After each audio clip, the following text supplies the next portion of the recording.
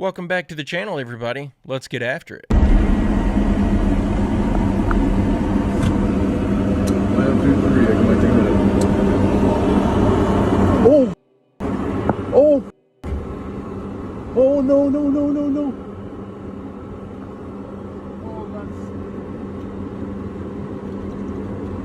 Tower, you're seeing this airplane just crash into Greek.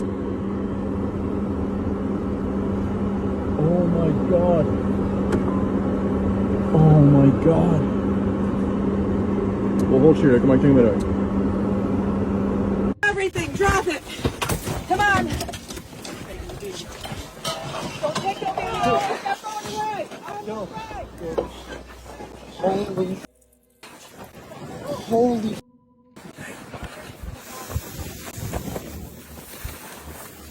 Holy. Oh my god. Yo, I was just on this plane. Oh my god.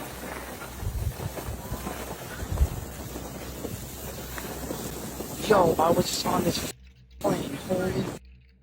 I couldn't believe everybody survived that. That's incredible. I think they're trying to blame this on a snow-covered tarmac or something, but the people in the plane described the landing as unusually hard, so there might be some pilot error involved here. Fortunately, though, there are only a few people with any actual injuries. That's why the Sasquatch and the Yeti won't have anything to do with human beings now, you know. And we also say that when they begin to reappear and show themselves and begin to communicate with human beings again, which is what they're in fact doing now. Certain select people, we say, are being touched by spirit, and the Sasquatch are being guided to them to give them special messages about the closing and the end of this fourth cycle, because there's a beginning, another cycle that's going to be starting in the very near future for us. And so the Sasquatch are beginning to reveal themselves and beginning to reveal information and secrets, if you will, that they've long held for themselves, for us, about ourselves and things, and what we need to be prepared for and what we need to be doing, you know, to help heal this Mother Earth, this planet, and things. Unfortunately, a lot of people, excuse me, a lot of people equate the Sasquatch and the Yeti, you know, with the ETs, and I've had a lot of people ask me about that. And from my understanding of it, from them themselves, they watch these ETs because from the first ones, they remember in their genetic memory, they remember when they first came. And when they went out to see them, went out to greet them, basically, the first thing that happened was the ETs enslaved them, you know, and tried to use them. I find stuff like this absolutely fascinating, and that's why I put this in here. There simply has to be some truth to some of these old Native American folk tales and stuff. However, I find this one a little difficult to believe because I've never heard even one instance of someone claiming that they've had a Bigfoot sighting and that the thing tried to communicate with them. They're almost always described as either being aggressive or just trying to simply evade the interaction. I just have a hard time believing that the Bigfoot is the keeper of some lost knowledge and one day he will walk out of the woods and enlighten us. Okay, so I looked for this paper everywhere and I could not find it. Have you heard of quantum smell? Why this interested me so much is because I tried to find the paper and it was unfindable. So I digged, and here's what I found. So this man here named Luca Turin, who is a biophysicist. So basically, Luca's theory explores the idea that smell is a quantum phenomenon. Basically, these things called the olfactory receptors, which is very interesting because if you didn't know this, smell is the only scent that has no filter. It goes straight up there. All your other senses have a bunch of filters, which is why smell is very closely linked with memory. Now we're getting metaphysical, but I'll go back. Just remember, smell and memory are linked. So basically, these olfactory receptors, he says, detect the vibrational frequencies of odorant molecules through a process called inelastic electron tunneling, essentially reading the molecular vibrations, this is a mouthful, like a tiny spectrometer, rather than solely relying on the shape. This theory is totally different than the normal lock and key theory of smell, which is what most people think of, which talks about that these molecules are recognized by their shape. In your nose, you have things called receptors or locks, and then in the air, these molecules are keys. These are the smells. When you smell something, the molecules float into your nose, and they try to fit into these locks. If one fits in the lock, your brain will go, oh, that smells like chocolate, or this smells like flowers. I had no idea that that was the current explanation for how smell works, so that's kind of cool. But I threw this in here because it's a new theory, and it would kind of make sense given how overwhelmed you can be by your sense of smell. I can smell certain things that will make my grandmother's smile pop into my head like I just saw her, and she passed away when I was 18 years old. I haven't seen her face in 22 years. It certainly seems like there's something deeper going on with the brain in regards to how we process smells. Hey, don't forget to click like and subscribe if you haven't already, and check out my merch store at berry-stepp.com. Honestly, in 100 years, I think we're going to become the third world country. Like, I literally think Canada and North America, we are going to become the third world country. The education system in China is honestly unlike anything that I've ever seen. These are kids in kindergarten. They're sewing. Look at what they're doing. Like, it is honestly unbelievable. This is an account that I just started following, and it completely blew my mind. Literally, the hands-on learning, the motor skills that these kids have to be able to sew in that kind of detail, it is just absolutely mind-blowing. It's not just that, like, look at their gym. I don't think I know 15-year-olds that can do this. Like, that is crazy. These are just kids. They're literally 5, 6, 7 years old. Look at that. They're building a society of champions, a society of doers. And honestly, I really do believe that in North America, we need to start looking at what they're doing in their education system, because in 100 years, they're going to surpass us in every single measure. There's no way they're more than 3, 4 years old. Have you ever seen a kid with this type of motor skills? I've never seen anyone at that age be able to do that and have that type of like hand-eye coordination. Like, look at the things that they're teaching them. It's all hands-on training. It's all useful stuff. And I'm going to show you some cooking videos. Like, the cooking that they're doing, they're teaching them everything from the beginning. Look, they're starting them at such a young age. It is unbelievable. It is. This is honestly probably one of my new favorite accounts right now. This is one of those like cute little like Barbie ovens or anything like that. Like, this is the real deal. Like, they're cooking food. They're learning how to actually cook. Like, this is honestly incredible. This is the type of stuff that our schools need to be doing. Like, why are we not doing even half of this stuff? Our education system needs a complete reform. We need to start showing society things that are useful, things that will make kids successful. Laying bricks? Like, this is I've never been taught this ever in my life. It is unreal. Like, I could just keep going on and on about how honestly unbelievable this is. Kindergarten. These are kindergarten kids. I wouldn't even know where to begin how to do this. Like, and I'm an adult. I'm in my mid-40s. I'm a middle-aged man, and these kids have more skills than I do. Like, look at this. It is just amazing. Anyways, I tried to compile some of the best of everything that I've seen, and it's absolutely astonishing. The big takeaway I'm getting from this, if China loses power and gets thrown back into the Stone Age like they keep warning is likely to happen here, every one of their citizens, all the way down to the age of kindergartners, knows how to cook, build, make their own clothes, start and maintain a fire. They'll be more likely to make it than half the prepper guys I watch on YouTube. And yes, it's China, so they're probably just training these kids for cheap factory work, but we absolutely need to be teaching this stuff to the youth over here in this country. I need to learn most of this stuff. Welcome to the New World Order. Look at this. So we're in like one of the lowest social economic areas in Sydney. We made this during COVID, during the lockdowns. They did all this and it looks very dystopian. Cameras got that's gonna have facial recognition one day. And then here, you're gonna have to, tap up like this. So what? It's all conditioning, First we had the tickets that you put on the bus, you put on the train, and they went to the Opal cards. Then from the Opal cards that you tap, it went from your phone. So now you tap with your phone. Next step is you're going to tap with the microchip. Everyone's already been conditioned with all the steps. People will just accept it, and they'll be like, oh yeah, that's just the world evolving. Building metros everywhere in the city of Sydney. So when they block us down again and they say, oh, you can't travel 15 minutes outside, your card or your microchip at the time isn't going to let you pass through certain areas. If you have like a low social credit score, it won't let you go to like the rich areas or the nice poshy areas. Plus, mixed with the electric car, it's like even the scooters that you hire or the bikes that you hire on the street, it doesn't let you ride in certain areas and it just stops the bikes and the scooters from going. Wait till they do that with electric cars. All they need to do is force electric cars and then put an update in the car, and it has all that GPS tracking stuff already. And you won't even be able to tinker with the car because it's so advanced. You can't even go to proper mechanics now. You can't even change anything in the electric cars because it's so advanced. Say it's convenience, no, that's control.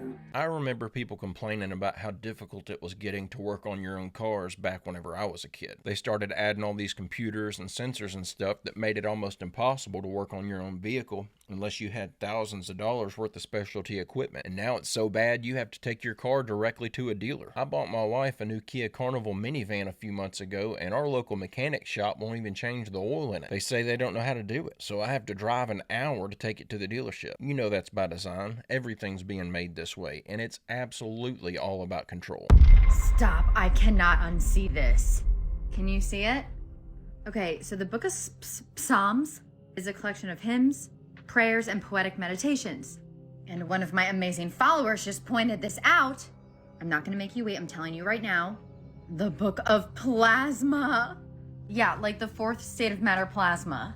I'll explain why right now. But essentially in these books it talks about the breath of fire, lightning, and the voice of the divine shaping reality.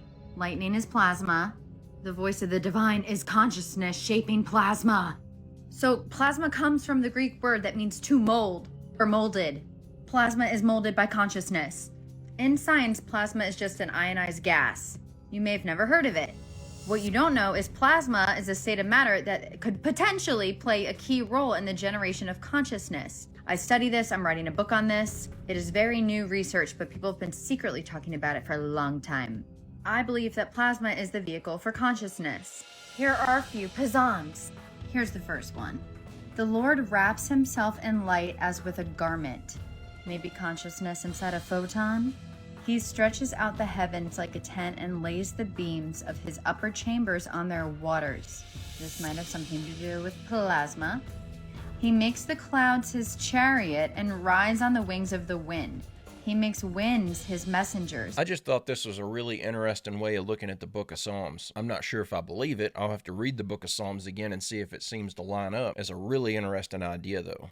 People are freaking out about a video of a woman in France that seems to be levitating somehow. No one knows if this is witchcraft. Some people say this is witchcraft. Maybe she's an alien.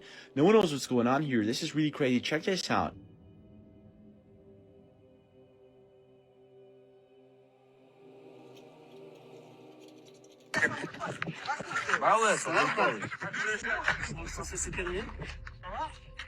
Pay very close attention here. The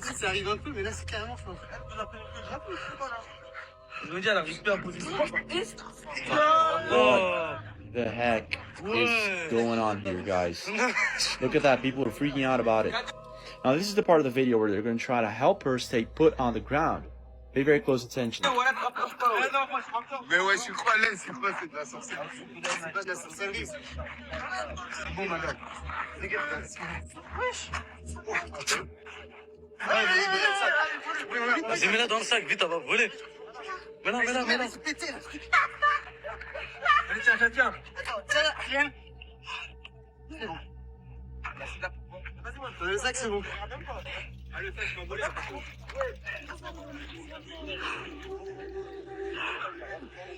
What is going on here, guys? I want to know your take. Is this the real deal? Witchcraft? Is she an alien? What is going on here? People seem to be freaking out about it. Based solely off the fact that this isn't physically possible, along with the over-exaggerated facial expressions and body movements, I'm convinced she's just putting on a show. This is some sort of magic trick, and the guys that appear to be helping her to try to stay on the ground are in on it. They may literally just be lifting her up. The lady looks like she weighs about 75 pounds. They could literally just be picking her up, and they've practiced doing it in such a way that it gives the appearance that she's floating. Watching this have probably seen the popular animated TV show Rick and Morty. A mad scientist named Rick decided to invent a machine to serve him butter. When the machine became sentient and realized that its entire sole purpose was to serve butter, it went into a depressive state. This is a good way to understand that Gnostic cruelty of physical existence. Rick's battery on his car, or something like that. I'm going to get the details of this episode wrong, but it's the gist. The battery on his car quit working, so he had to shrink himself down into a macrocosmic level to go into the battery. There was an entire civilization of living physical entities whose efforts and energy is actually what powered Rick's car. Rick pleaded with Morty and said, do not tell these people that their sole purpose is to power my car. It would create chaos. The living entities, the conscious beings within this reality wouldn't be able to handle the brutal reality of their existence being for the sole purpose to power some dirtbag's car. It would cause mass. When Rick goes down there as an avatar, he's considered a god. This is obviously funny and humorous to watch for us because we know that that's a TV show and we don't have to worry about that. We live in objective reality, right? There's no way that we are a power source for an evil entity. I don't think we are a power source for an evil entity, but it certainly could be true. That could be the purpose of the simulation that we may be living in. But this just makes me think of the situation that's playing out with our federal government right now. We've all been paying taxes in our entire life, just so that those in charge could launder our money and put it back in their pockets via kickbacks. In that sense, we have been a power source for an evil entity, the U.S. federal government. If you're ever going to give me a minute of your time, give me 1 minute. I blew the roof off this motherfucker, okay? Copyright, 1898, okay? These are the new ones, not the ones I shared yesterday. History of the United States by Gillian Hawthorne. This is volume 1, okay? Listen up, folks, and listen closely. At first, it was taken for granted that the Indians, as the red men were ignorantly called, were the aboriginal denizens of the country. But the mounds, ruined cities, pottery, and other native remains since found in all parts of the land, concerning which the Indians could furnish no information and which showed a state of civilization far in advance of theirs, were proof that a great people had existed here in the remote past, who had flourished, disappeared without leaving any trace whereby they could be accounted for or identified. They're an enigma, compared with which the archaeological problems of the old world are an open book.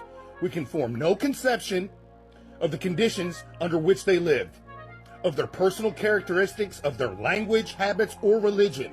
We cannot determine whether these forerunners of the Indians were one people in several stages of development or several peoples in simultaneous occupations of the land. We can establish no trustworthy connection between them and any Asiatic races, and yet we are reluctant to believe them isolated from the rest of mankind.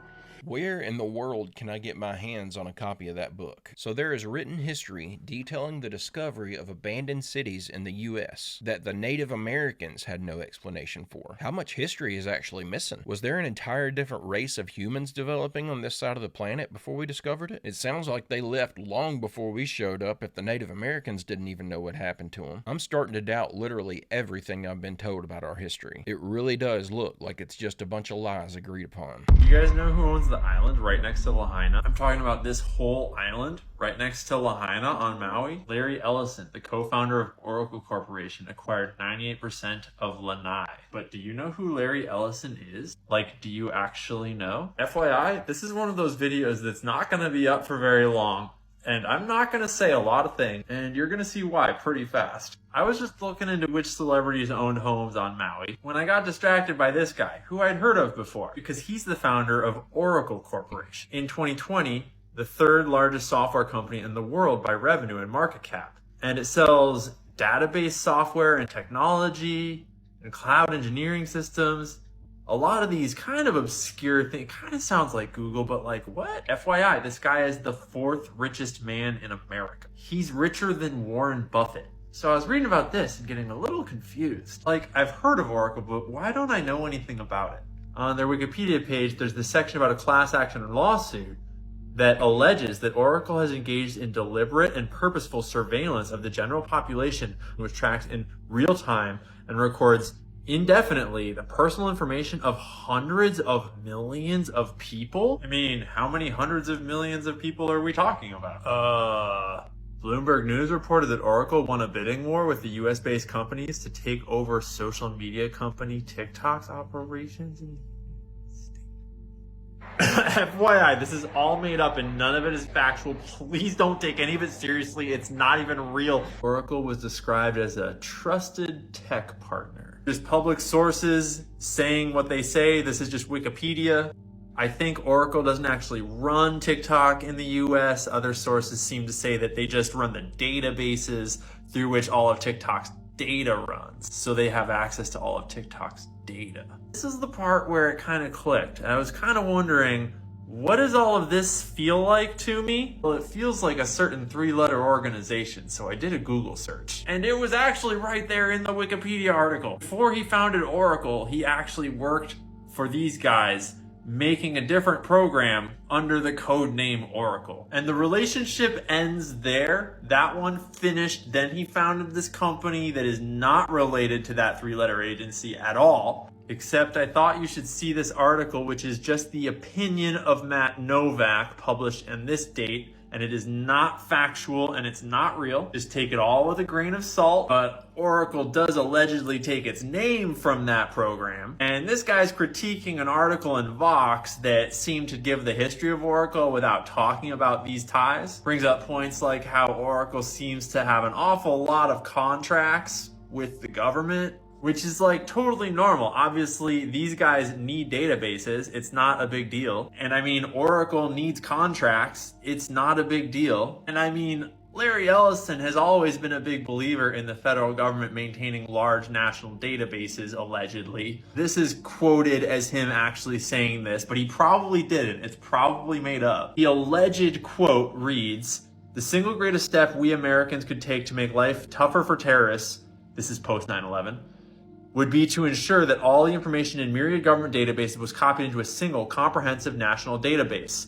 Creating such a database is technically simple. All we have to do is copy information from the hundreds of separate databases into a single database. A national security database combined with biometrics, thumbprints, handprints, iris scans, or whatever is best can be used to detect people with false identities." I'm sure that is all it would ever be used for good. For good. Allegedly for the good guys. But a database like that probably doesn't exist. And Oracle is definitely not associated with that 3-letter organization. They just get lots of government contracts because that's who they run IT for. I mean, someone's got to do it. Again, another alleged Larry Ellison quote. "The Oracle database is used to keep track of basically everything. The information about your banks, your checking balance, your savings balances is stored in an Oracle database. Your airline reservation is stored in an Oracle database. What books you bought on Amazon is stored in an Oracle database. Your profile on Yahoo is stored in an Oracle database."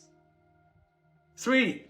Everything's fine. For all you real conspiracy nerds, I highlighted something for you. Not the part where Larry Ellison is excited about AI. If you know, you know. I'm genuinely not actually trying to say that this is connected to Maui at all. That's not what this video is about. That's just how I stumbled across this rabbit hole, was because Larry Ellison owns this whole island across the water, and he's apparently turning into like some really rich person like resort right here for like the ultra wealthy to go and have spa days, you know?